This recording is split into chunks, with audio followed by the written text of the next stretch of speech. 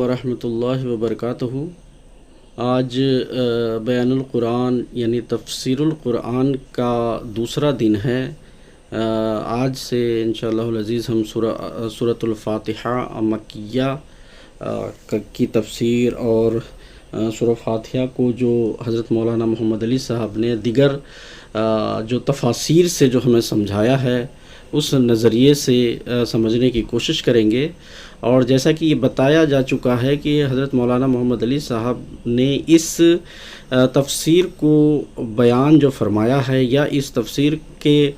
لکھنے کی جو غرض ہے ان کے نزدیک وہ یہ ہے کہ تاکہ عام طور پر تمام مسلمانوں کو یا تمام انسانوں کو جو ہے نا قرآن مجید میں جو بیان کیا گیا ہے وہ سمجھایا جا سکے یا بتایا جا سکے۔ تو چلیے ہم پہلے اس چیز کو جو ہے نا پڑھ لیتے ہیں۔ تفسیر بیان القرآن کی جو سورہ فاتحہ کی جو پہلی آیتیں ہیں، جو 7 آیتیں ہیں۔ بسم اللہ الرحمن الرحیم، الحمد للہ رب العالمین، الرحمن الرحیم، مالک یوم الدین، ایاک نعبد و ایاک نستعین، اہدنا الصراط المستقیم، صراط الذین انعمت علیہم غیر المغضوب علیہم ولا الضالین۔ اس کا اردو ترجمہ جو حضرت موصوف نے فرمایا ہے وہ لفظاً پہلے فرمایا ہے کہ اللہ بے انتہا رحم کرنے والے، بار بار رحم کرنے والے کے نام سے۔ سب تعریف اللہ کے لیے ہے، تمام جہانوں کے رب، بے انتہا رحم کرنے والے، بار بار رحم کرنے والے، جزا کے وقت کے مالک کے لیے ہم تیری ہی عبادت کرتے ہیں اور تجھ سے ہی مدد مانگتے ہیں۔ تو ہم کو سیدھے رستے پر چلا، ان لوگوں کے رستے پر جن پر تو نے انعام کیا، نہ ان کے جن پر غضب ہوا اور نہ گمراہی کے۔ اس سورت کی تفسیر میں حضرت مولانا صاحب فرماتے ہیں، نام کے متعلق سب سے پہلے انہوں نے کچھ جو حوالے ذات یہاں پر تحریر فرمائے ہیں کہ سورت شریفہ کا نام کا سب سے مشہور نام الفاتحہ یا فاتحۃ الکتاب ہے۔ سورتوں کے اسماء جن سے وہ مشہور ہیں بہت سے صحیح احادیث میں پائے جاتے ہیں اور خود نبی کریم صلی اللہ علیہ وسلم کی زبان سے مروی ہیں۔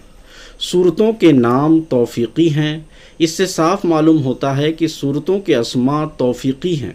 یعنی خود حضرت صلی اللہ علیہ وسلم کی زبان مبارک سے نکلے ہوئے ہونے کی وجہ سے من جانب اللہ ہیں۔ چنانچہ اس سورت کا نام الفاتحہ یا فاتحۃ الکتاب بھی حدیث میں مروی ہے۔ فاتحہ کے بغیر نماز نہیں ہوتی، جیسا کہ ابو داؤد اور ترمذی کی حدیث سے ثابت ہے، جس میں فرمایا لا صلاۃ الا بقراءۃ فاتحۃ الکتاب، یعنی فاتحہ کے بغیر نماز نہیں ہوتی۔ اور بھی کئی حدیثوں میں یہ نام آتا ہے، مثلاً صحیحین میں ابو ہریرہ رضی اللہ تعالیٰ عنہ کی روایت ہے، قال رسول اللہ صلی اللہ علیہ وسلم لا صلاۃ لمن لم یقرأ بفاتحۃ الکتاب، جو شخص فاتحۃ الکتاب نہیں پڑھتا اس کی نماز نہیں ہوتی۔ فاتحہ کے اور نام خود قرآن شریف میں سورۃ الحجر میں اس کا نام سبعا من المثانی آیا ہے، یعنی 7 آیات جو بار بار دہرائی جاتی ہیں، اور حدیث سے صحیح میں اس کا نام ام القرآن یا ام الکتاب بھی آیا ہے، جس کا مطلب یہ ہے کہ یہ سورت قرآن کریم کی تعلیم کا نچوڑ اور خلاصہ ہے۔ اور نام بھی وارد ہے، جیسے الدعاء، الصلاۃ، الشفاء، الکنز، الحمد۔ امام سیوطی رحمہ اللہ تعالیٰ نے 25 نام اتقان میں لکھے ہیں۔ تو یہ نام کے متعلق یعنی کہ یہ جو قرآن مجید کی سب سے پہلی جو سورت ہے جو 7 آیتوں پر مشتمل ہے،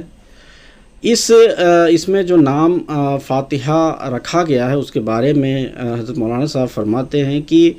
قرآن مجید میں جتنی بھی صورتیں آئی ہیں ان میں جو نام رکھے گئے ہیں وہ سارے کے سارے نام توفیقی ہیں۔ توفیقی کہنے کا مطلب یہ کہ حضرت صلی اللہ علیہ وسلم نے خدا تعالیٰ سے علم پا کر ان تمام صورتوں کے نام خود رکھے ہیں، گویا کہ خدا تعالیٰ نے ان سے رکھوایا ہے۔ تو اسی طرح کا جو ہے نا پورے قرآن مجید میں جتنی بھی صورتیں آئیں گی ان صورتوں کے نام جو ہے وہ توفیقی ہیں، یہ ہمیں ذہن نشین رکھنا ہے۔ اور دوسری بات یہ کہ یہ سورہ فاتحہ خاص طور پر اس جو 7 آیات کے بارے میں یہ مشہور ہے کہ نماز جو پڑھی جاتی ہے وہ اس کے بغیر نہیں ہوتی، یعنی کہ ہر نماز کی ہر رکعت میں سورہ فاتحہ کا پڑھنا لازمی ہے، اور اس کے بارے میں ابو ہریرہ رضی اللہ تعالیٰ عنہ کی روایت سے اور اسی طریقے سے ابو داؤد اور ترمذی میں بھی یہ حدیث آئی ہے کہ اس کے بغیر جو ہے نماز نہیں ہوتی۔ پھر حضرت مولانا صاحب خلاصہ مضمون اس صورت کا بیان فرماتے ہیں کہ اس صورت میں آخر کیا بتایا گیا ہے، اس کا خلاصہ کیا ہے۔ اللہ تعالیٰ کی سب سے بڑی 4 صفات ہیں۔ اس صورت میں کل 7 آیات ہیں، جن میں سے پہلے 3 آیات میں اللہ تعالیٰ کی ان 4 صفات کاملہ کا ذکر ہے جن پر اس دنیا کا کل نظام قائم ہے۔ ربوبیت، یعنی پہلی آیت میں ربوبیت یا وہ صفات جو ہر ایک مخلوق کو اپنے دائرہ کے اندر کمال تک پہنچاتی ہے۔ رحمانیت، دوسری آیت میں رحمانیت یا وہ صفت جو ہر شے کے کمال تک پہنچنے کے لیے ضروری اسباب اس کے وجود میں آنے سے بھی پہلے مہیا فرماتی ہے۔ رحیمیت، اور رحیمیت یعنی وہ صفت جو ان سامانوں سے فائدہ اٹھانے پر اعلیٰ درجہ کے ثمرات مرتب فرماتی ہے۔ مالکیت، اور تیسری آیت میں مالکیت یا وہ صفت جو ان سامانوں سے فائدہ نہ اٹھانے پر یا قوانین کے خلاف ورزی پر سزا دیتی ہے تاکہ نظام عالم قائم رہے اور چیزیں اپنے کمال کو پہنچتی رہیں۔ چوتھی آیت میں بندہ کا یہ اقرار ہے کہ صرف وہی ذات پاک جس کی محامد پہلے 3 آیات میں مذکور ہیں لائق عبادت ہے، اور صرف اسی سے ہر قسم کی مدد طلب کی جاتی ہے۔ فاتحہ کے 2 حصے اور ان کا باہمی تعلق، یہاں اس سے پہلے جو یہ بات بتایا ہے حضرت مولانا صاحب نے، اس چیز کو ہمیں ایک الگ نظریے سے بھی سمجھنے کی ضرورت ہے کہ جو قرآن مجید نے سورہ فاتحہ میں 4 صفات کا جو ذکر فرمایا کہ سب سے پہلے ربوبیت، پھر رحمانیت اور پھر رحیمیت اور مالکیت، یعنی کہ جو اس دنیا کا پیدا کرنے والا ہے، اس دنیا کو بنانے والا ہے، اس کے اندر یہ 4 صفات عمومی طور پر پائی جاتی ہے، اور اس چیز کا ذکر تقریباً تمام مذاہب کے کتب میں بھی ہے۔ کیا کہ اگر ہم کسی بھی مذہب کی کتابوں یا کسی بھی مذہب کی تعلیمات کو ہم دیکھیں تو سبھی اس چیز کے حامی ہیں اور سبھی اس چیز کو مانتے ہیں کہ ربوبیت جو ہے خدا تعالیٰ کی ایک صفت ہے۔ اسی طریقے سے رحمانیت بھی، یعنی کہ وہ صفت جو ہر شے کو اپنے کمال تک پہنچنے کے لیے ضروری اسباب کے وجود میں آنے سے بھی پہلے جو ہے نا مہیا کر دی ہے، یعنی کہ انسان کے پیدا ہونے سے پہلے یا جو بھی جو زندہ رہنے والی چیزیں ہیں ان کے پیدا ہونے سے پہلے ہی ساری چیزوں کو مہیا کر دیا اس دنیا میں کہ یہ جب اس دنیا میں آئیں گے تو اس طریقے سے ان سے فائدہ اٹھا سکتے ہیں، یعنی کہ پیدا کرنے والا اور پیدا کرنے سے پہلے ان چیزوں کے بارے میں تمام تر چیزوں کی جو ہے مہیا کرنے والا بھی رحمان جو اس کی صفت ہے، اور پھر رحیمیت بھی اسی کی صفت، یعنی کہ ان سامانوں سے فائدہ اٹھانے پر، یعنی کہ جو جس طریقے سے ان سامانوں سے فائدہ اٹھائے گا اس طریقے سے جو ہے ان کے ثمرات یعنی کہ ان کے پھل اس کو ملتا چلا جائے گا، اور پھر آخری میں مالکیت کا بھی جو ہے نا صفت کا اظہار کر دیا کہ وہ خدا یا وہ گاڈ یا وہ اللہ جو ہے اپنے اندر مالکیت کی صفت رکھتا ہے، یعنی کہ ان تمام چیزوں کو پیدا کر کے، ان تمام چیزوں کو اپنے لیے، آپ کے لیے، انسانوں کے لیے رکھ کر اس چیز کو مترتب کر دیا کہ جس طریقے سے جو فائدہ اٹھانا چاہے وہ فائدہ تو اٹھا سکتا ہے، لیکن اگر اس کے برخلاف وہ عمل کرے گا تو اس کے لیے مالکیت کی صفت رکھ دی کہ اس کے بعد جو ہے نا اس کو سزا بھی ملے گی ان چیزوں کی خلاف ورزی کرنے پر۔ تو یہ 4 صفات ہیں، اور ان 4 صفات کے بعد سورہ فاتحہ میں یہ بتایا ہے کہ ہم جس خدا کی یا جس گاڈ کی یا جس پرماتما کی ہم عبادت کرتے ہیں وہ ان تمام صفات کاملہ ان تمام صفات کو اپنے اندر مکمل طور پر رکھتا ہے، اور ان صفات کو اس طریقے سے اس دنیا میں ظاہر کرتا ہے کہ جس طریقے سے اس کے اظہار کو پختگی ملتی ہے اور ہم اسی کی عبادت کرتے ہیں۔ تو یہ یہاں پر اس چیز کو سورہ فاتحہ میں یہاں خدا تعالیٰ کی صفات بتا کر، گاڈ کی صفات بتا کر اس چیز کو ثابت فرما دیا کہ وہ اگر رب العالمین ہے تو وہ تمام تر مذاہب میں جس گاڈ کی طرف، جس خدا کی طرف اشارہ کیا جاتا ہے اس کو قرآن مجید نے یہاں پر کھول کر اس طرح بتا دیا کہ یہ تمام صفات اس کے اندر پائی جاتی ہیں۔ اور پھر فاتحہ کے 2 حصے، یعنی کہ سورہ فاتحہ کے 2 حصے ہیں اور ان کا تعلق کیا ہے، اس چیز کے بارے میں حضرت مولانا صاحب فرماتے ہیں کہ آخری 3 آیات میں راہ راست پر چلنے اور تفریط و افراط سے بچنے کی دعا ہے۔ آخری 3 آیات میں سیدھے راستے پر چلنے کے لیے اور ایسے چلنے کے لیے کہ نہ تو غلط راستے پر چلیں، نہ تو ہم غلط کی طرف جائیں، نہ ادھر زیادہ ہو جائیں نہ ادھر زیادہ ہو جائیں، یعنی کہ افراط اور تفریط سے جو ہے نا بچنے کی دعا کی گئی ہے۔ بس پہلی 3 آیات صرف محمد الہی کے لیے ہیں، یعنی کہ اللہ تعالیٰ کی حمد کے لیے پہلے 3 آیات ہیں، اور آخری 3 بندہ کے لیے کہ وہ اعلیٰ سے اعلیٰ انعامات کا وارث ہو۔ اور درمیانی آیات میں اللہ تعالیٰ اور اس کے عبد کا تعلق ہے، یعنی کہ مطلب کہ خدا تعالیٰ اور اس کے بندے کے بیچ میں جو تعلق ہونا چاہیے اس کا ذکر ہے، یعنی دونوں میں مشترک ہے۔ اور اس سے پہلے حصہ یعنی ایاک نعبد کا تعلق در حقیقت پہلی 3 آیتوں سے ہے، کیونکہ وہ کامل محامد جن کا ذکر ان آیات میں ہے اسے مستحق عبادت ٹھہراتی ہیں، اور جب وہ مستحق عبادت ہوا تو اعانت کا طلب کرنا بھی اسی سے ضروری ہوا۔ یعنی کہ جب پہلے 3 آیتوں میں خدا تعالیٰ کی ان صفات کا ذکر کر دیا گیا کہ ساری چیزیں اسی خدا یا اسی گاڈ یا اسی پرماتما کے انڈر ہے، اسی کے ادھین ہے، تو پھر آخری 3 آیتوں میں یہ بتا دیا کہ جو بھی چیزیں مانگنی ہیں یا جو بھی چیزیں اس سے طلب کرنی ہیں وہ اسی سے طلب کرنی ہے جو اس تمام دنیا کو بنانے والا ہے یا اس تمام دنیا کو چلانے والا ہے۔ اب اس پچھلے حصہ ایاک نستعین کا تعلق پہلے حصہ سے قائم ہو گیا، اور پھر اس استعانت کی تشریح آخری 3 آیات میں فرمائی، اور یوں اس کا تعلق آخری 3 آیات سے ہو گیا۔ یعنی یہی معنی ہیں اس حدیث کے جس کو ترمذی نے حسن قرار دیا ہے کہ الصلاۃ یعنی فاتحہ مجھ میں اور میرے بندہ میں نصف نصف ہے۔ قال اللہ قسمت الصلاۃ بینی و بین عبد نصفین ولعبد ما سأل، یعنی کہ ایک حدیث آتی ہے کہ یہ جو فاتحہ ہے، فاتحہ کے اندر جو نماز پڑھی جاتی ہے اس میں بندہ کا آدھا حصہ ہے اور میرا آدھا حصہ ہے۔ تو اس میں اپنے لیے اپنی صفات کا ذکر خدا تعالیٰ نے فرمایا، اور آخر میں 3 آیات میں بندے کو یہ جو ہے نا تلقین فرمائی کہ ان صفات کو مد نظر رکھتے ہوئے تم دعائیں کرو، اور دعا بھی 2 طرح کی بہت ہی سختی سے جو ہے نا خدا تعالیٰ نے سکھائی کہ اس میں راہ راست پر چلنا ہے اور افراط اور تفریط سے بچنا ہے۔ ان دونوں چیزوں کی دعائیں جو ہے نا خدا تعالیٰ سے ہمیں دنیا کو بنانے والے سے ہر وقت کرتے رہنی چاہیے کہ ہم ایک تو راہ راست پر چلیں اور دوسرا افراط اور تفریط سے بچتے رہیں۔ فاتحہ کی ابتدا میں رکھا جانے کی وجہ اس کی عظمت ہے۔ صحیح احادیث میں اس کو اعظم السورہ فی القرآن کہا گیا ہے۔ اب ایک سوال بار بار یہی آتا ہے کہ ایک تو سورہ فاتحہ کو ہر نماز میں پڑھنے کی جو ہے تلقین کی گئی، اور اس سورہ کو سب سے پہلے رکھا گیا، اور اس سورت کو فاتحۃ الکتاب کہا گیا، یعنی کہ قرآن مجید کے اندر جانے کی ایک کنجی ہے، ایک چابی ہے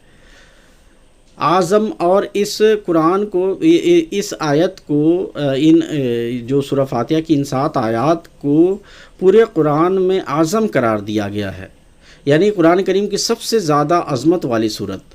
اس کی عظمت اول تو خود اس سے ظاہر ہے کہ نماز میں جسے مومن کا معراج قرار دیا گیا ہے، ہر رکعت میں اس صورت کا پڑھنا ضروری ہے۔ اس کے ساتھ اور جہاں سے چاہیں پڑھ لیں، خلاصہ تعلیم قرآنی۔ پھر اس کا نام ام الکتاب بتایا ہے کہ یہ صورت گویا قرآن کریم کی تعلیم کا نچوڑ اور خلاصہ ہے۔ قرآن کریم کی اصل غرض محمد الہی کا بیان کرنا اور انسان کو اپنے حقیقی کمال تک پہنچانا ہے۔ چنانچہ اس صورت کے پہلے حصے میں وہ محامد مذکور ہیں اور پچھلے حصے میں انسانی کمال کے حصول کا ذکر ہے۔ دیکھیے قرآن مجید کے بارے میں اگر ہم فری مائنڈ سے یا جو تمام تر جو رب العالمین کا ذکر کیا گیا ہے اس لحاظ سے ہم قرآن مجید کے بارے میں ہم اس کا مقصد ہم جب دیکھیں تو قرآن مجید کا اصل غرض جو ہے نا محمد الہی کا بیان کرنا ہے، یعنی کہ خدا تعالیٰ یا پرماتما یا گاڈ یا خدا یا اللہ جس نام سے بھی ہم پکاریں اس کی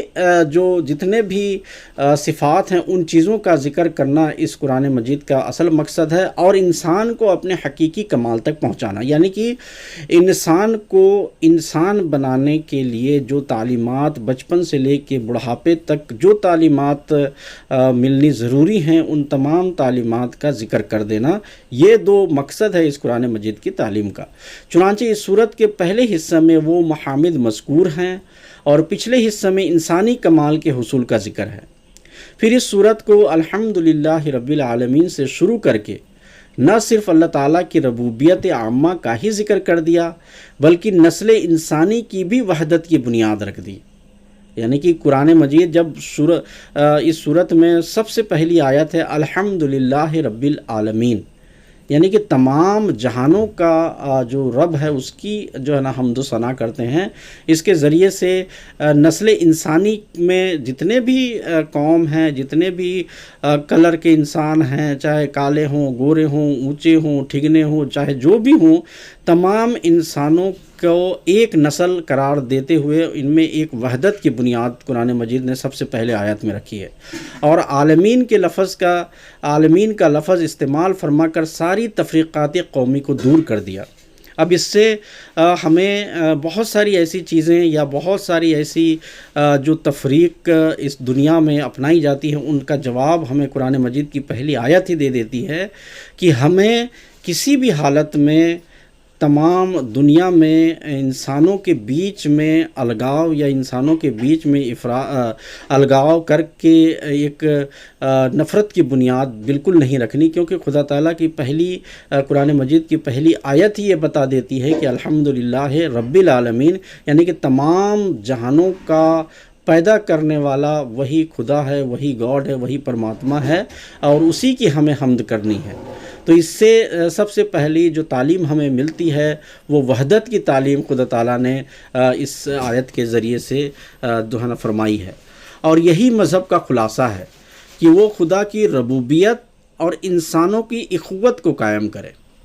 اور ان الفاظ الحمدللہ رب العالمین سے بہتر الفاظ میں یہ خلاصہ نہیں ہو سکتا تھا، یعنی کہ جو پیدا کرنے والے کے متعلق، یعنی کہ جس نے پیدا کیا ہے اس کے متعلق یہ فرمایا کہ وہ تمام جہانوں کو پیدا کرنے والا ہے، اور اسی کو اللہ کے لفظ سے اس صورت میں یا قرآن مجید میں یا اسلام میں اس چیز کو موسوم کیا گیا، اور دیگر مذاہب میں بھی اسی لفظ کو الگ طریقوں سے الگ الفاظ سے پکارا گیا ہے۔ اس سے یہی ثابت کیا گیا ہے کہ تمام تر انسانوں کو ہمیں الگاؤ سے نہیں دیکھنا، اور یہی مذہب کا خلاصہ بھی یہی ہے کہ خدا کی ربوبیت اور انسانوں کی اخوت کو جو ہے نا قائم کرنا ہے۔ فاتحہ میں عقائد باطلہ کی تردید۔ پھر اس صورت کے اندر جن صفات الہی کا ذکر ہے وہ گویا کل صفات الہی کے لیے بطور یا جڑ کے ہیں، یعنی ربوبیت، رحمانیت، رحیمیت اور مالکیت، انہی سے باقی صفات الہی بھی پیدا ہوتی ہیں، یعنی کہ یہ جو صفات ہیں ربوبیت یعنی پیدا کرنے والا، رحمانیت یعنی کہ پہلے سے ساری چیزوں کو عطا کرنے والا، رحیمیت اس کے مطابق جو فائدہ اٹھاتے ہیں ان کو فائدہ دینے والا، اور مالکیت ان تمام چیزوں پر جو فائدہ نہیں اٹھاتا اور غلط راستے پر جاتا ہے ان کو سزا دینے والا، یعنی کہ اس کے عمل کے نتیجے میں اس کو جب برا پھل ملتا ہے تبھی پتہ چلتا ہے کہ یہ ضرور کسی نے اس دنیا کو بنایا ہے اور اسی نے ان ساری چیزوں کا پھل جو ہے اور اس کا ایک رزلٹ جو ہے نا مترتب کر دیا ہے۔ انہی سے باقی صفات الہی بھی پیدا ہوتی ہیں، اور ان چار صفات میں دوسرا کمال یہ ہے کہ مذاہب عالم کے کل اصول باطلہ کی ان میں تردید ہے، یعنی کہ دنیا میں جتنے بھی مذاہب ہیں ان میں ان اصول جو غلط اصول رائج ہوئے ہیں ان تمام اصولوں کی بات کو جو ہے نا رد کر دیا گیا ہے۔ صفت ربوبیت میں اس بات کا رد ہے کہ خدا کی ذات یا صفات میں کوئی شریک نہیں، کوئی شریک ہو سکتا ہے۔ یعنی کہ ایک صفت جب خدا کی ربوبیت کا ذکر کر دیا تو اس میں یہ فرما دیا کہ اب ربوبیت کے لحاظ سے یعنی کہ پیدائش کے لحاظ سے خدا تعالیٰ کا کوئی شریک ہو ہی نہیں سکتا۔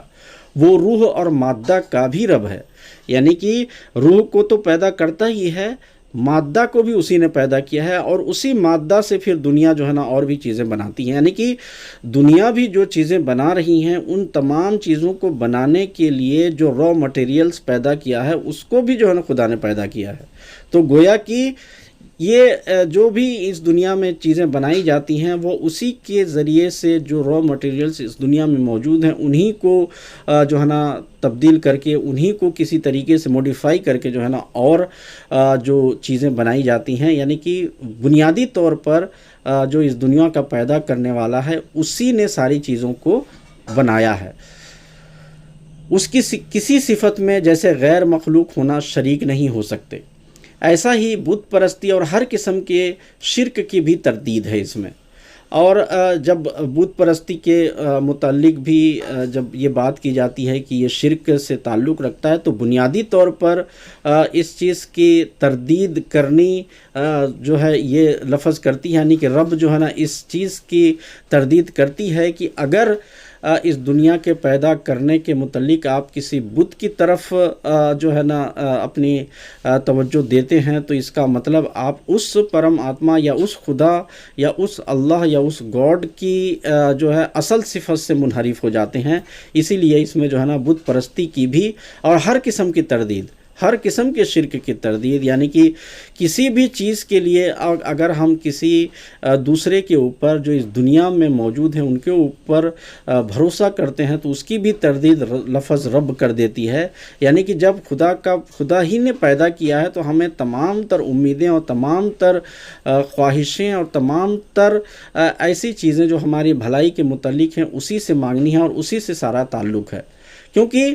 مستحق حمد و عبادت وہی ذات ہو سکتی ہے جو دوسروں کی ربوبیت کرے، اور ربوبیت کرنے والی ذات صرف ایک ہی ہے۔ صفت رحمانیت میں جس کا مفہوم یہ ہے کہ اللہ تعالیٰ بلا بدل رحم کرتا ہے، کفارہ کے عقیدے کی تردید ہے۔ یعنی کیونکہ کفارہ کے عقیدے کی بنیاد اس بات پر ہے کہ اللہ تعالیٰ رحم بلا بدل نہیں کر سکتا،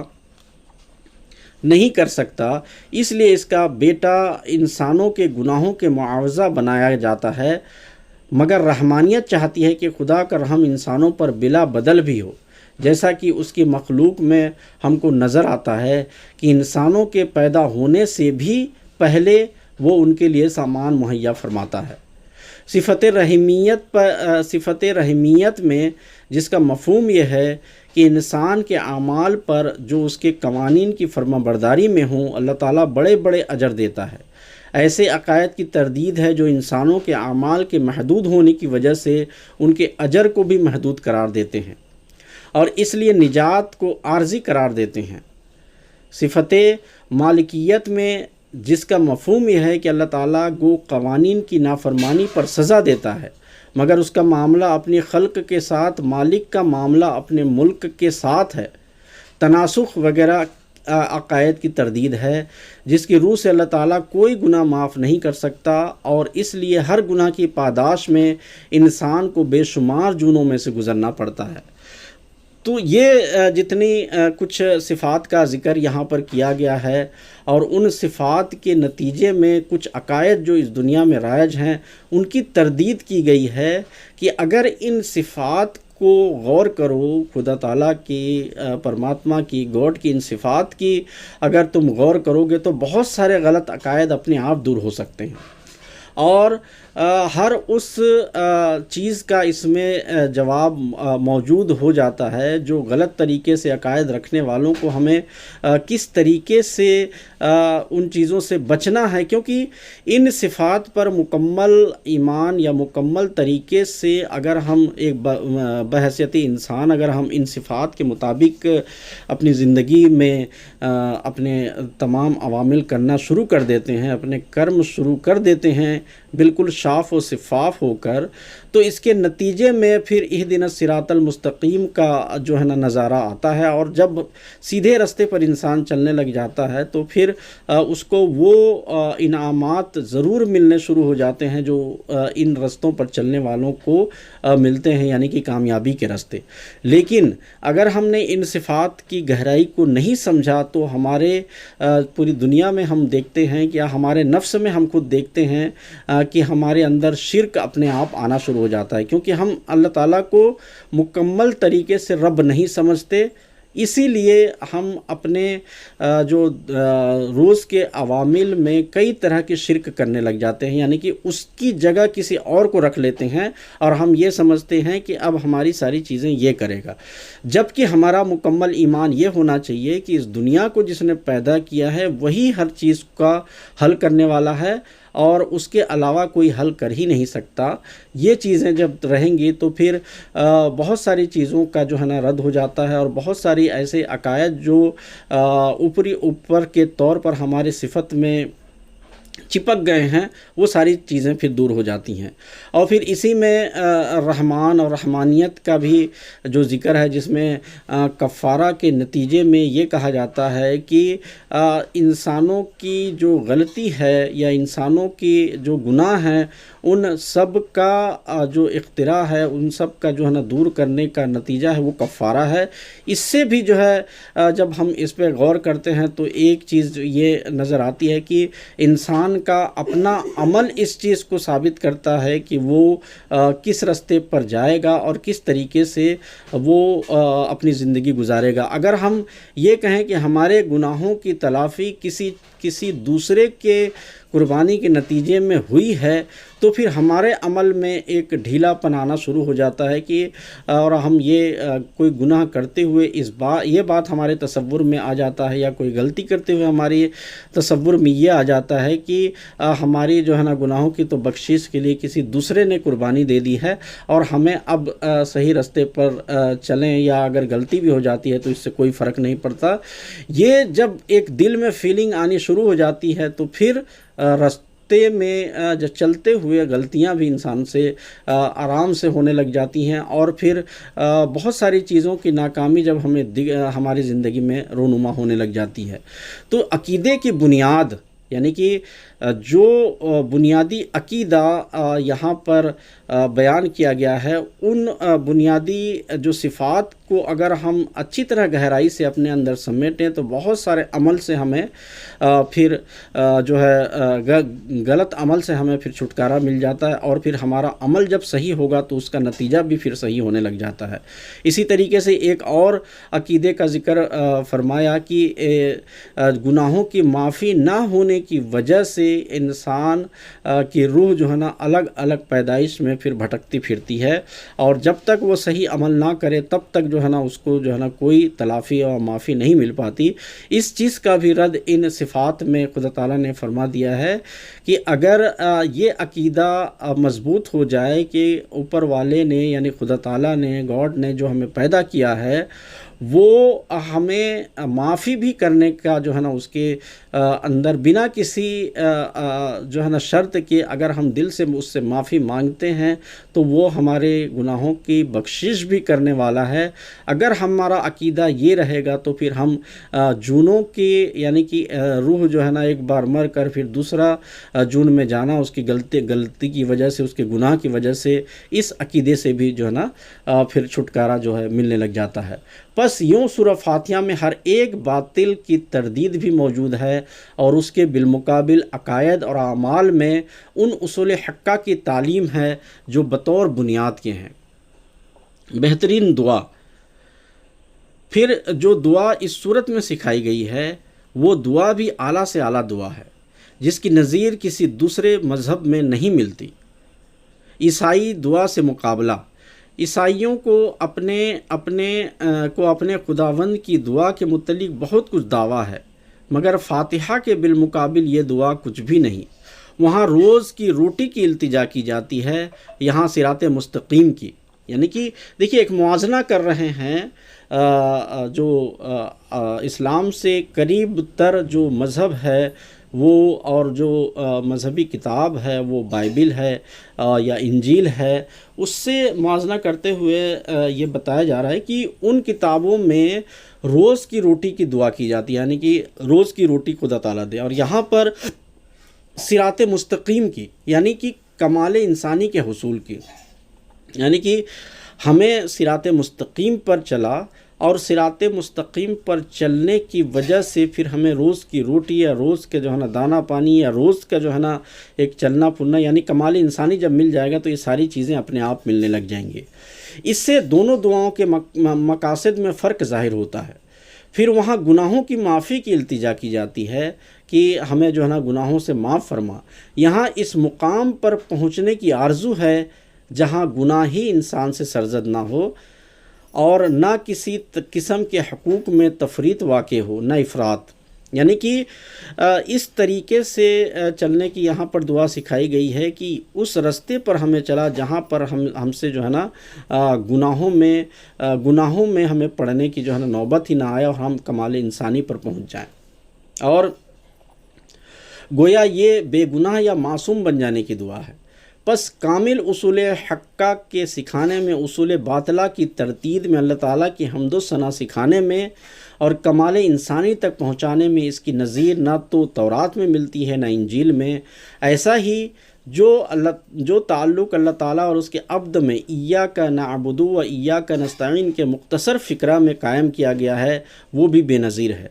بہترین وظیفہ، جو لوگ وظائف کے پیچھے بھٹکتے پھرتے ہیں، وہ اگر افضل الدعا سے کام لیں تو بہت جلد اپنے مقاصد کو پا سکتے ہیں۔ سورہ فاتحہ سے بہتر کوئی وظیفہ نہیں، اور یہ وہ وظیفہ ہے جو اللہ تعالیٰ نے خود اپنے بندوں کو سکھایا ہے۔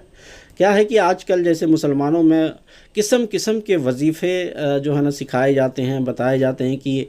تم یہ کرتے رہو تو تمہیں یہ فائدہ ہوگا، تم یہ کرتے رہو تو تمہیں یہ فائدہ ہوگا۔ اس کے بارے میں حضرت مولانا صاحب فرماتے ہیں کہ وظیفہ کے لیے لوگ ادھر ادھر بھٹکتے پھرتے ہیں، جبکہ ان کے سامنے وہ وظیفہ موجود ہے، یعنی کہ سورہ فاتحہ موجود ہے۔ سورہ فاتحہ کو ہی اگر وہ وظیفے کے طور پر ایک اپنا عمل باندھ لیں تو ان کو جو ہے اس سے جو ہے نا بہت فائدہ جو ہے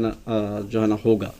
اور اس کے زمانہ نزول کے متعلق بھی ہم بات کر لیتے ہیں، پھر انشاءاللہ العزیز ہر آیت کی تفسیر کا جو ہے نا کل سے ہم دورہ شروع کریں گے۔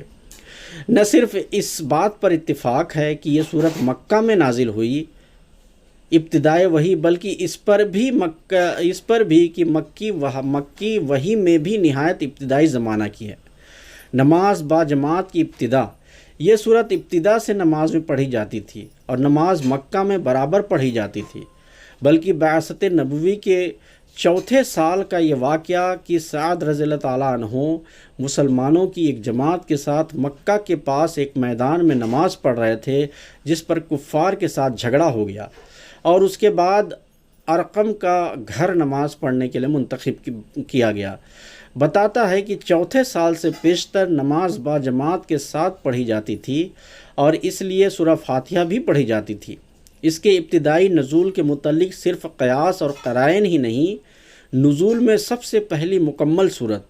بلکہ ایک روایت میں یوں بھی آتا ہے کہ فاتحہ اول شیء انزل من القرآن، یعنی سب سے پہلے جو چیز قرآن میں نازل ہوئی۔ اس حدیث کو بیقی نے دلائل النبوہ میں بیان کیا ہے۔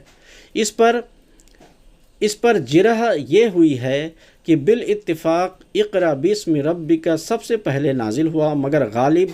مراد اول شیء سے یہ معلوم ہوتا ہے کہ پوری سورہ جس کا نزول سب سے پہلے ہوا فاتحہ ہے، کیونکہ سورہ علق کی صرف 5 آیتیں صدر کی پہلے نازل ہوئیں اور بقیہ حصہ بعد میں نازل ہوا۔ یہ ایک چیز یہاں پر اس کے نزول کے متعلق بات بیان کی گئی ہے، اور اس کے دلیل میں جو حدیث بیان کی گئی ہے، اس میں یہ بتایا گیا ہے کہ مکہ میں ابتدائی دنوں میں ہی باجماعت نماز کا اہتمام ہوا تھا اور ہر نماز میں سورہ فاتحہ پڑھنے کا ذکر ہے، گویا کہ اس وقت یہ آیت یا یہ سورہ پوری طرح نازل ہو چکی تھی۔ اس کے بالمقابل یہ بات اگر ہم دیکھیں کہ سب سے پہلے تو اقرأ باسم ربک الذی خلق نازل ہوئی ہے، تو بے شک یہی آیت نازل ہوئی ہے، لیکن یہ پوری صورت نازل ایک ساتھ میں نہیں ہوئی، بلکہ اس کے بعد بھلے ہی سورہ فاتحہ نازل ہوئی لیکن وہ پوری کی پوری سورہ فاتحہ ایک ساتھ نازل ہوئی تھی، اور ایک ہی طرح سے جو ہے نا اس چیز کو جو ہے پھر نماز میں پڑھنا شروع کیا گیا۔ تو آج کے لیے ہم اتنے ہی بات پر اپنے باتوں کا اکتفا کرتے ہیں۔ انشاءاللہ العزیز باقی جو بسم اللہ الرحمن الرحیم سے جو ہم باتیں پڑھیں گے وہ ہم آگے پڑھیں گے۔ آج کے اس جتنی بھی باتیں ہم نے حضرت مولانا محمد علی صاحب رحمہ اللہ تعالیٰ نے جو باتیں بیان فرمائی ہیں قرآن مجید سے، خاص طور پر ان 4 صفات کا ذکر کرتے ہوئے جو ان کے برخلاف جو عقیدے اس دنیا میں قائم ہیں ان کی تردید کا ذکر کیا ہے، اس کو اور گہرائی سے ہمیں سمجھنے کی ضرورت ہے۔ اگر ان باتوں کو ہم ڈسکشن کے طور پر بھی لیں تو اس سے جو ہے نا ہمیں بہت فائدہ ہوگا۔ تو بہرحال آج کے لیے یہ یوٹیوب کے لیے ہم نے جو یہ اس کو جو ہے نا ریکارڈنگ کیا ہے، تو یہیں پر ہم تمام ناظرین سے آج کے لیے اجازت چاہتے ہیں۔ انشاءاللہ العزیز کل اسی صورت کے بسم اللہ الرحمن الرحیم سے آگے ہم تفسیر پڑھنا شروع کریں گے، اور یہ جو باتیں بنیادی طور پر حضرت مولانا صاحب نے بیان فرمائی ہیں ان کی تفاسیر اب پورے قرآن میں ہم پڑھنا شروع کریں گے، اور اس کی جو ہے نا گہرائی میں جا کر جو کس طریقے سے قرآن انسان کو انسان بنانے کی طرف توجہ مبذول کرواتا ہے، اور کس طریقے سے قرآن یہ بتاتا ہے کہ ایک انسان اپنے اندر کیا کیا تبدیلی کر کے اس دنیا کی فلاح اور اس دنیا میں جو ہے نا پروفٹ اور اس دنیا میں جو ہے نا عزت اور اس دنیا میں ایمانداری سے کس طریقے سے چلتے ہوئے وہ ایک انسان کہلا کر عزت پانے کا مستحق ہو سکتا ہے، محبت پانے کا مستحق ہو سکتا ہے، اس کے بارے میں انشاءاللہ العزیز اب کل سے آگے اس مضمون کو ہم بڑھائیں گے۔ تب تک کے لیے السلام علیکم ورحمۃ اللہ وبرکاتہ۔